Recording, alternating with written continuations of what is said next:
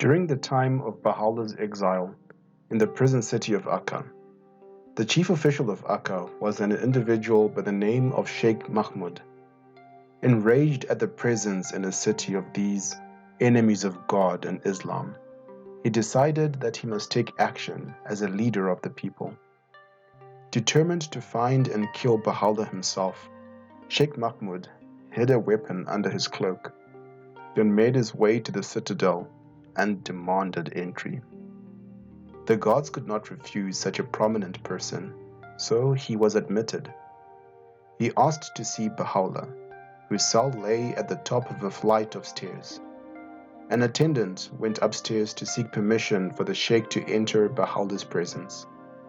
He returned moments later with a message from Baha'u'llah to the effect that the sheikh should first divest himself of that which he was carrying.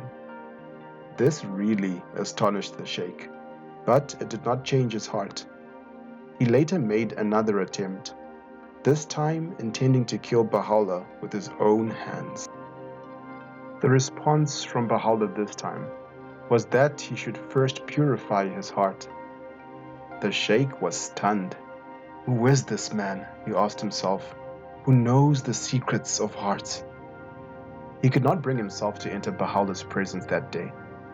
Later, the sheikh had a dream that made him understand Baha'u'llah was the fulfillment of prophecy of the coming of the Lord to Akka.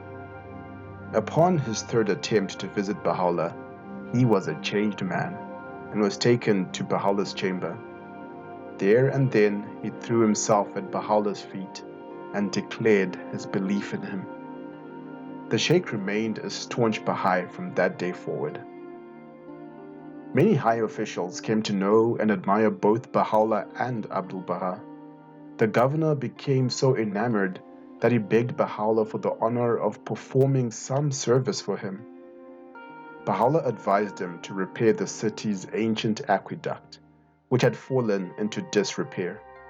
Its restoration provided fresh water to Akka's inhabitants, who came to believe that since Baha'u'llah's arrival, the very air of the city had improved. The governor's successor likewise became a friend, going so far as to imply that he would not object if Baha'u'llah were to decide to leave the city for the surrounding countryside.